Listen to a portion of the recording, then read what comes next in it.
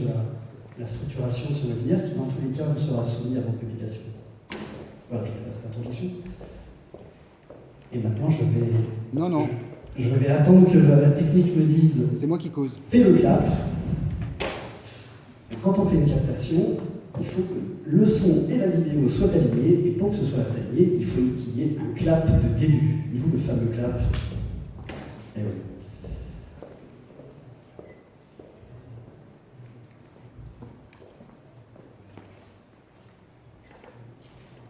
Donc la règle du jeu, je vais en profiter, c'est pas la peine de la mettre en vidéo. La règle du jeu, c'est de vous sentir libre d'intervenir, de vous interpeller, en toute gentillesse, bienveillance.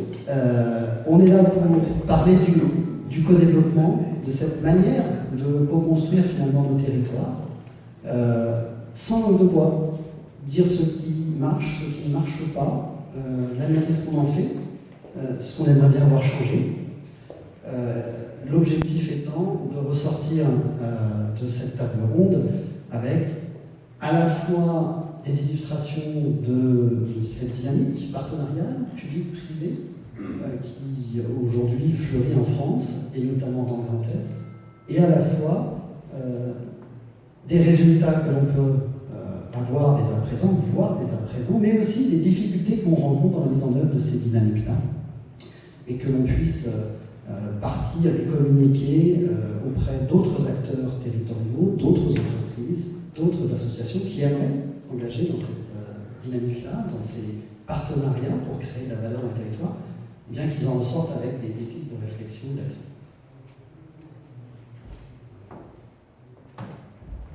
Je vais vous permettre de me lever. On va faire le clap. Il faut que j'ai tes mains à l'image, hein, s'il te plaît. Vas-y. Allez.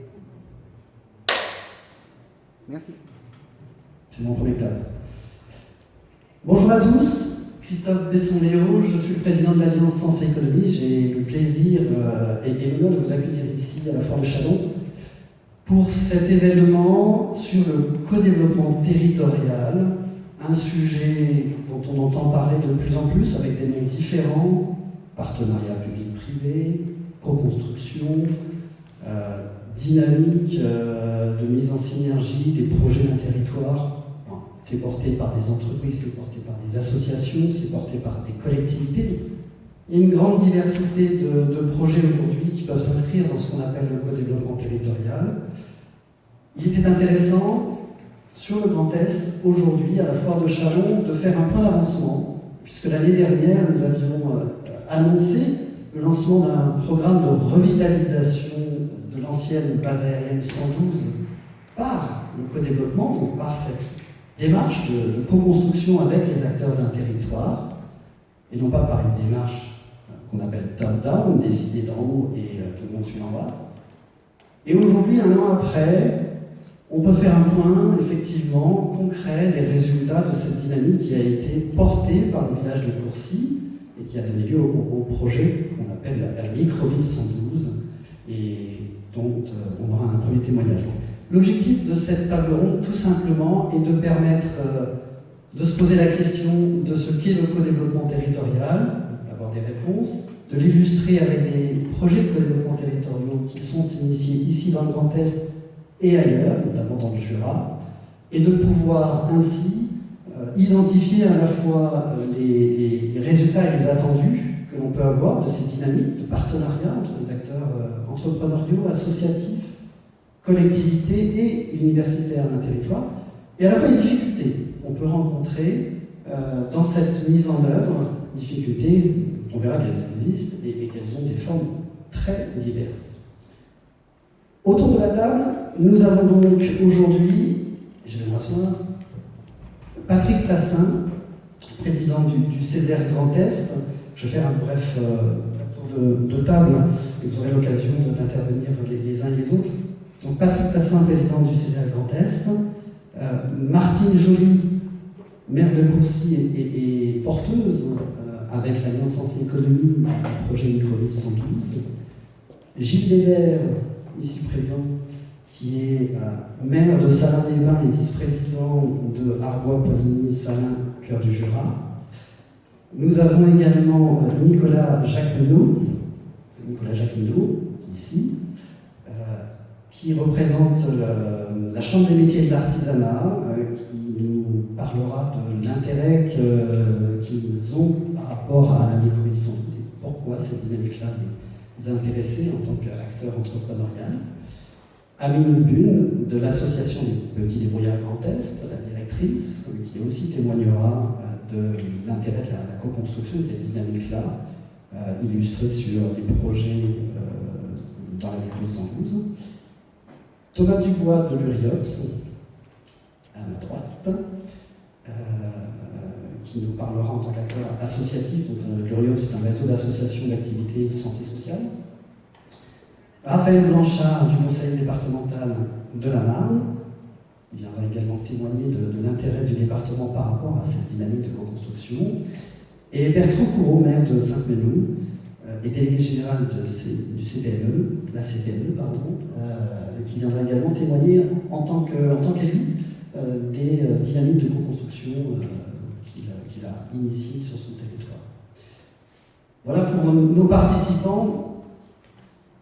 On vous propose tout simplement de passer en revue différents points de vue. On a là autour de cette table ronde des acteurs qui sont représentants du territoire, des acteurs qui sont de la sphère entrepreneuriale, des acteurs qui sont de la sphère associative.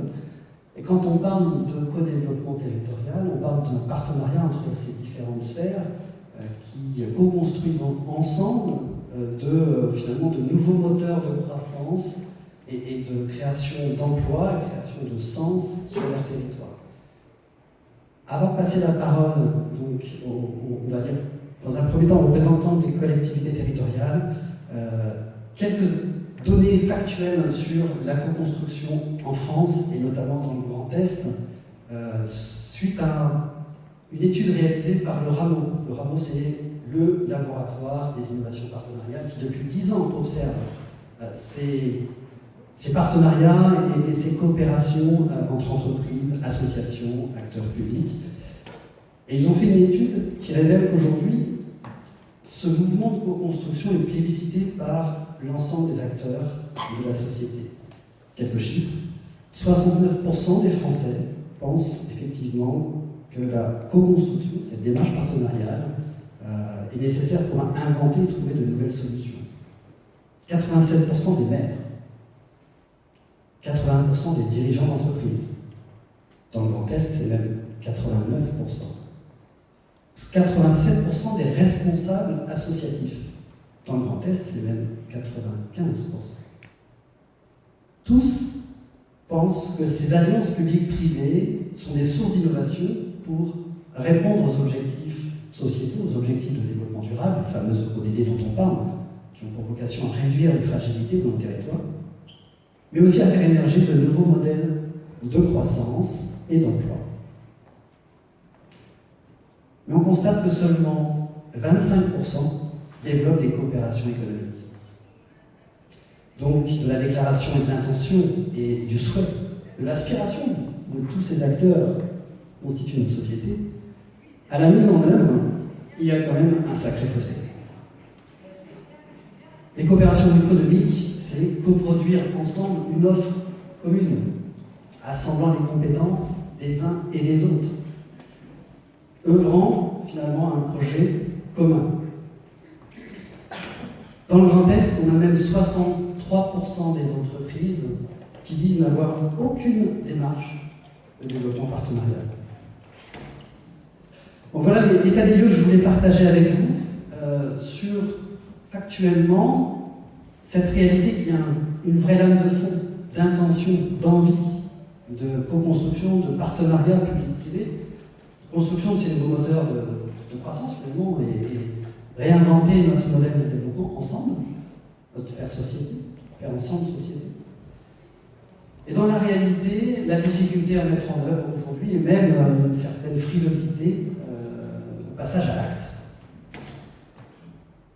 On a eu la chance en tant qu'Alliance Sens et Économie d'avoir très tôt pris conscience de cette réalité-là et d'avoir pu imaginer en tant qu'entrepreneur, en tant qu'acteur associatif, en tant qu'élu, puisque l'Alliance Sens et Économie est une coopérative qui rassemble des acteurs de toutes ces sphères de notre société, on a eu la chance de se poser la question de comment passer à l'acte et faciliter le passage à l'acte. Et on a, sur la base à la fois d'études, de recherches qui ont été conduites, et à la fois sur les expérimentations terrain, on a élaboré un protocole d'accompagnement pour faciliter finalement ce passage à l'acte. Ce protocole s'appelle le parcours d'amorçage du co-développement territorial. Il s'adresse sous forme d'un programme de recherche-action aux collectivités qui souhaitent amorcer cette dynamique. Et dans le Grand Est, on a eu notre premier parcours d'amorçage du co-développement territorial avec le projet de revitalisation de l'ancienne base aérienne 112, qui s'appelle donc maintenant le projet de Microville 112. Et c'est ce premier témoignage que je voudrais que Martine Joly, maire de Courcy, nous partage, de comprendre comment on passe d'une situation où on a sur son territoire une friche qui pendant près de plus de 7 ans, 8 ans est inerte, et comment, avec cette dynamique de partenariat, avec cette ouverture, finalement, on arrive à faire émerger quelque chose. Et je vous laisse la parole. Bonjour à tous, merci pour votre présence. Donc en fait, l'histoire de la Microville 112, c'est l'histoire d'une commune rurale d'un peu plus de 1000 habitants qui effectivement sur son sol, une partie de la base aérienne 112, 540 hectares, et donc elle en a 90 sur son secteur.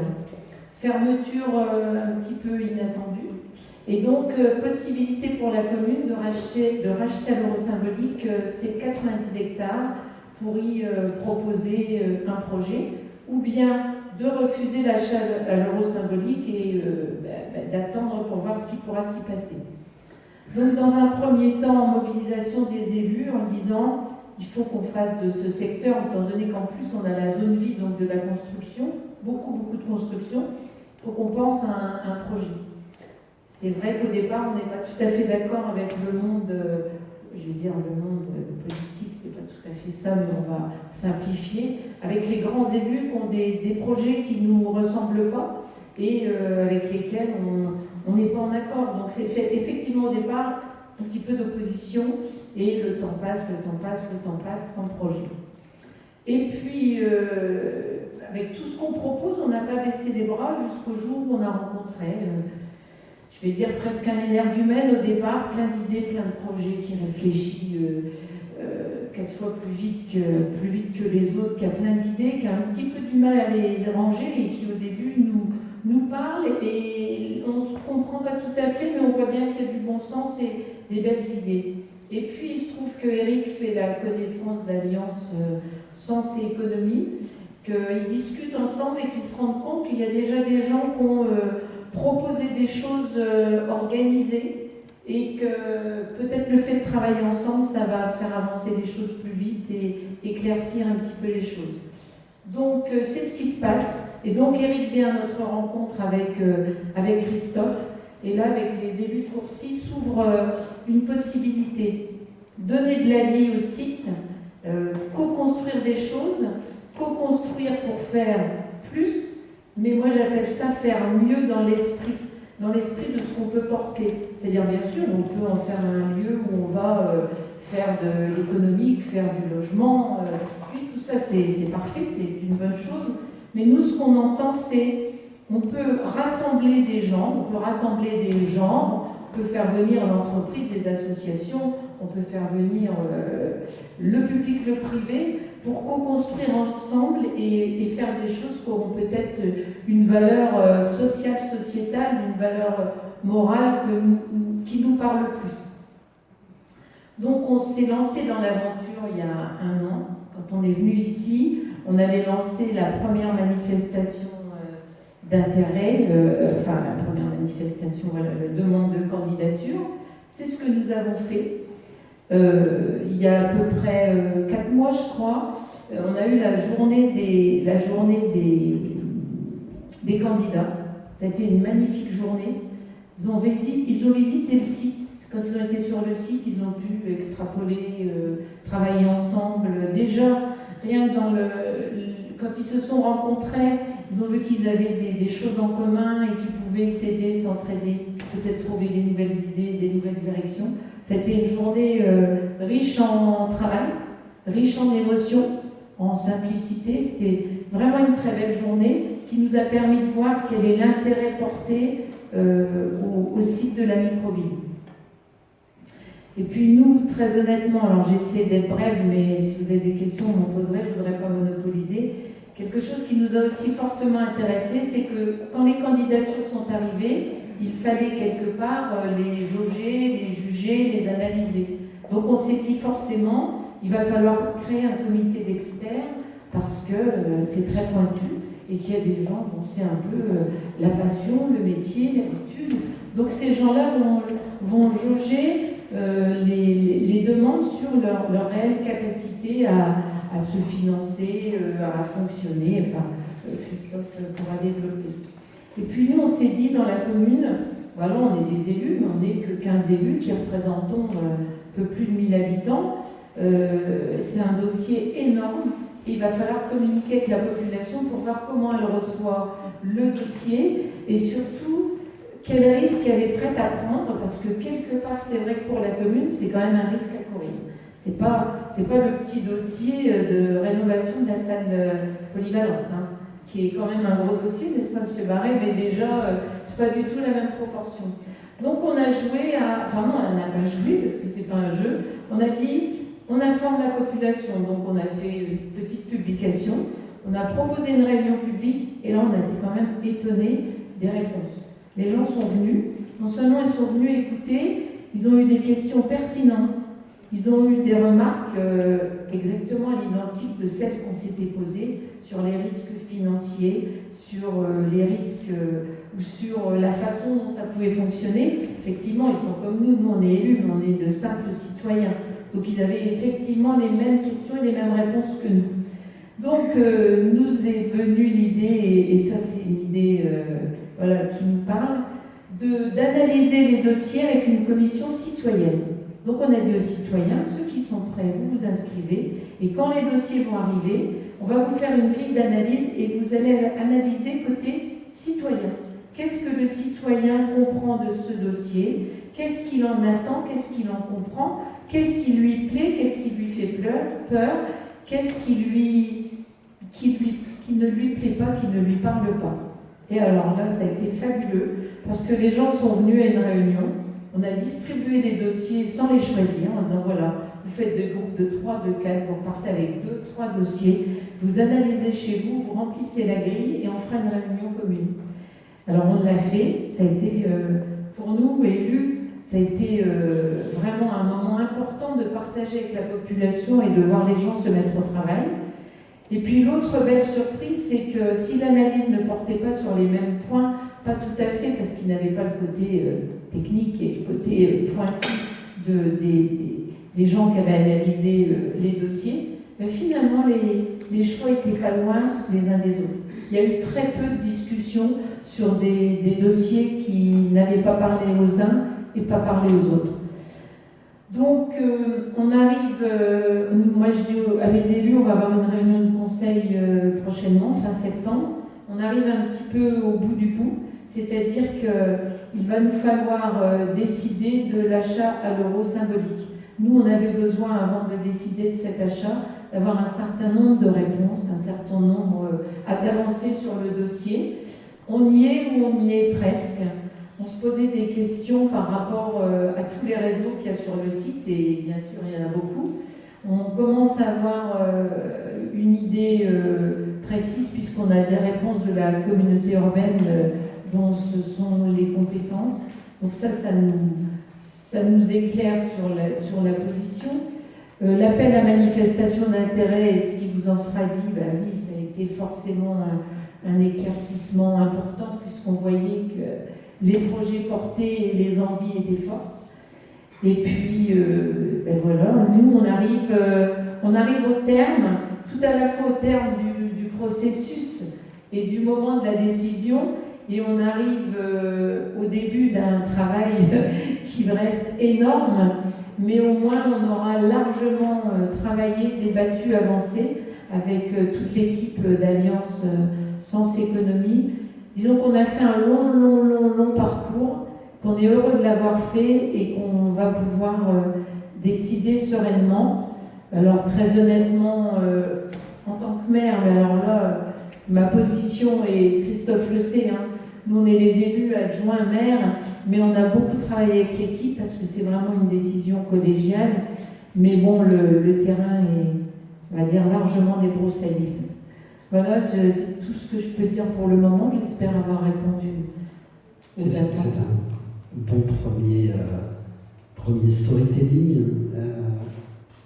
Ce que vous ne dites pas, et ce qui nous a marqué, là je vais faire l'effet miroir, c'est que les élus ont tous, dès le départ, et je pense que c'est une habitude et une culture de la commune, été dans cette approche vis-à-vis des habitants et cette ouverture à la fois de discussion, de dialogue avec les habitants, ouvert aux entreprises, aux acteurs associatifs. Il n'y a jamais eu de blocage dans cette relation-là directe avec le terrain. Et il n'y a jamais eu également de positionnement les élus sur l'estrade et les autres dans la fosse. Et dans la relation, dans tout ce processus effectivement qui a duré une bonne année, ça s'est ressenti. Nous, en tant qu'acteurs intervenants de l'extérieur, même si Eric Novak est un local de l'État, on a toujours été effectivement intégrés avec, je dirais, auprès des élus comme si on faisait partie de la même équipe. Et ça change tout. Les habitants qui ont été consultés ont fait partie de la même équipe. Et ça change tout. Les dossiers qui ont candidaté pour manifester leur intérêt d'installation sur la microville 112 ont été évalués et par les citoyens et par un comité d'experts également. Et ce qui a été intéressant, c'est qu'il n'y avait pas de hiérarchie entre les évaluations qu'ont fait les experts et les évaluations qu'ont fait les citoyens. Lorsqu'il a fallu réconcilier les avis étaient d'égale importance. Les interprétations étaient parfois différentes, et ça a donné lieu à des débats, à des échanges. Mais il y a vraiment cette idée que l'on soit expert, que l'on soit habitant, on a deux points de vue différents, mais deux points de vue très complémentaires. Et qui réussir à faire dialoguer ces points de vue permet de dépasser un certain nombre d'a priori, permet également de révéler des potentiels de développement, des potentiels de coopération. Des candidats ont pu effectivement se rapprocher parce qu'ils avaient des activités assez proches et que finalement il y avait des synergies. On aura peut-être d'autres cas qui seront évoqués par nos participants tout à l'heure. Donc il y a cette dimension-là finalement de gouvernance un peu partagée avec l'ensemble des acteurs. Il y a bien un pilote dans l'avion, hein, c'est la commune. Mais la gouvernance est réellement partagée avec l'ensemble des parties prenantes. Et donc c'est cette démonstration, et pour nous qui a été une démarche apprenante, hein, cette démonstration qu'une commune peut lâcher prise en partageant la gouvernance dans le processus de co-construction, tout en gardant le contrôle. C'est donc possible. Mais c'est un choix vraiment de relation avec les parties prenantes. Voilà ce que je voulais rajouter en effet miroir par rapport à votre témoignage. Donc effectivement, là on arrive à la fin d'un processus d'amorçage finalement de cette démarche de co-construction de nouvelles activités sur l'ancienne base aérienne 112 qui va aboutir, donc tout ce travail qui a été fait pendant un an permet d'alimenter finalement une programmation possible qui reste à confirmer avec à la fois les lauréats de l'appel à manifestation d'intérêt. Il y a eu environ 55 candidats, 24 lauréats. Et en parallèle de ça, il y a eu des candidatures spontanées, le projet devenant visible, lisible, crédible. Et d'autres acteurs, parfois plus importants, structurants, se sont fait connaître et aujourd'hui envisagent de développer des activités très importantes sur la microville. Tout ça donne de la matière pour élaborer une pré-programmation dont on a validé la faisabilité à la fois technique et financière, et qui nous permet aujourd'hui de passer à la deuxième étape, sous réserve que la commune effectivement acquiert la valeur symbolique, la création d'une structure qui va assurer l'animation et la gouvernance de ce développement, la microville 112, avec les mêmes valeurs de gouvernance partagée. Et la structure donc prévue est une société coopérative d'intérêt collectif, qui est une entreprise normale, mais à but non lucratif, et qui en fait porte un projet de développement de territoire dont les sociétaires associés peuvent être des collectivités, des entreprises, des associations, des acteurs universitaires, autrement dit l'ensemble des parties prenantes qui souhaitent à la fois participer, soit par leur action concrète sur le terrain, soit de loin par leur soutien, soit par leur soutien financier, qui souhaitent participer à cette entreprise qui va porter ce projet de développement de territoire avec un principe simple de gouvernance partagée où l'ensemble des associés, des sociétaires, ont effectivement voix au chapitre. Alors c'est une coopérative, juste pour un petit élément de détail, il y a bien le principe coopératif d'une personne, une voix, mais dans une logique de collège, c'est-à-dire qu'il y a des collèges qui se répartissent entre 10 et 50% des droits de vote dans cette entreprise coopérative. Et donc on a une voix, effectivement, dans un collège. Ce dispositif-là et ce type de structure est aujourd'hui assez innovant et assez unique. Ça existe depuis bien longtemps, depuis 2001, de mémoire, mais relativement peu utilisé encore. Et c'est vraiment un outil extraordinaire qui permet de mobiliser l'ensemble des acteurs publics, privés, dans une gouvernance partagée, tout en ayant un pilote dans l'avion. Voilà, je voulais juste conclure sur votre présentation sur cette étape dans laquelle on rentre, où là on est en fait en train de lancer une entreprise pour développer ce bout de territoire.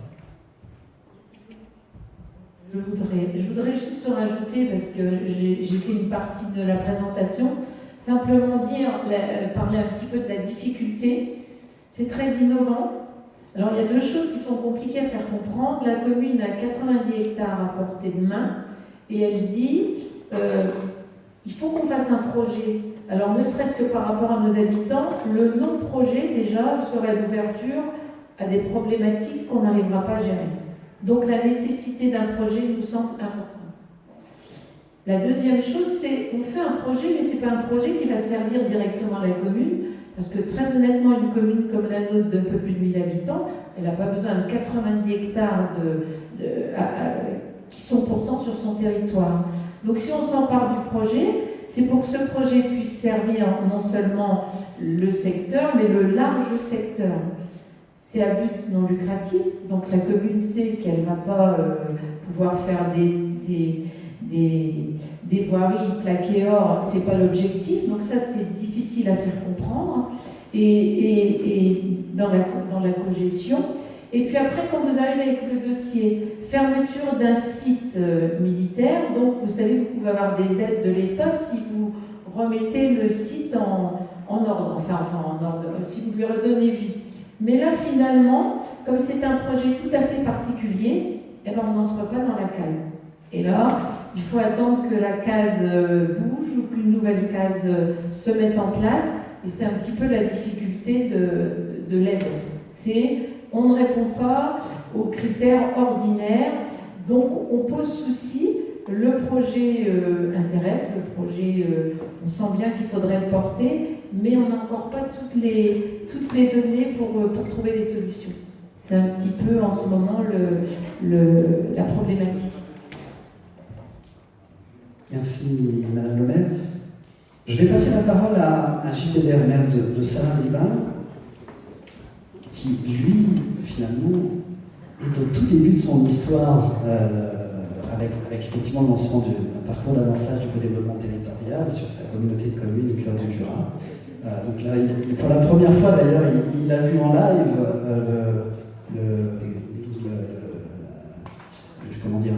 l'histoire racontée par Madame le maire de Courcy sur cette dynamique qu'elle a initiée il y a une année. Vous démarrez maintenant, et ce qui m'intéresserait, c'est que vous puissiez nous dire quelles ont été vos motivations, quels sont vos attendus. Est-ce que vous, aujourd'hui, vous voyez ça comme une solution à tester et à voir, ou comme un nouveau chemin de développement pour les territoires avec les spécificités qui sont les vôtres. Bonjour à tous, je suis Gilles Lebert, je suis vice-président de la nouvelle communauté de communes Arbois-Poligny-Salins au cœur du Jura. Nous sommes les enfants de la loi NOTRe, à savoir que la communauté de communes d'Arbois était la seule à être obligée de fusionner. On travaillait déjà très bien en pays, mais travailler en pays pour se partager les subventions leaders, c'est une chose, travailler en intercommunalité fusionnée en est une autre. À savoir qu'à partir du moment où on se marie, il faut que chacun amène son écho dans la corbeille de la mariée. 3 bourgs-centres, 66 communes, donc 63 communes rurales, souvent de faible densité, avec des communes de 40 à 50 habitants, 94 délégués communautaires, les bourgs-centres ne représentant que 35% des voix. Donc, vous voyez, quand il y a des décisions à prendre, les trésors de diplomatie et de conviction qu'il faut développer pour arriver à obtenir une majorité. On a donc fusionné Poligny, capitale du comté, Arbois, capitale du vin, Salins, le sel, le thermalisme, ville UNESCO, et après avoir donc déblayé tout ce que la loi NOTRe nous obligeait à faire dès la première année, on s'est quand même posé le sens, on s'est quand même posé la question, qu'est-ce qu'on va faire ensemble?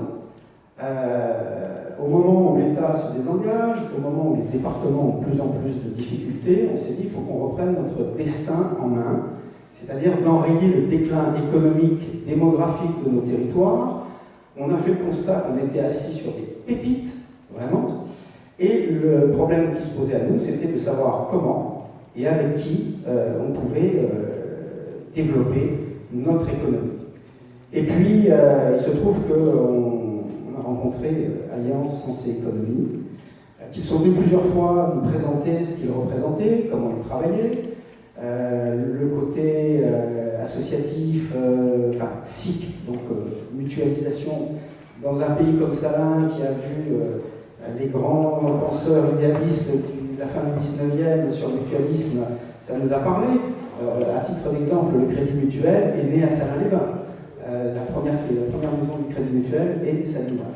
Donc ça nous a beaucoup parlé, on a discuté, et puis on s'est dit qu'il fallait reprendre notre destin en main et qu'il fallait absolument être innovant, qu'on n'avait pas d'autre solution. Donc on a décidé de s'engager avec Alliance Sens et Économie pour plusieurs raisons. La première, c'est que ça permettait de fédérer les 3 bourgs-centres dans un projet commun.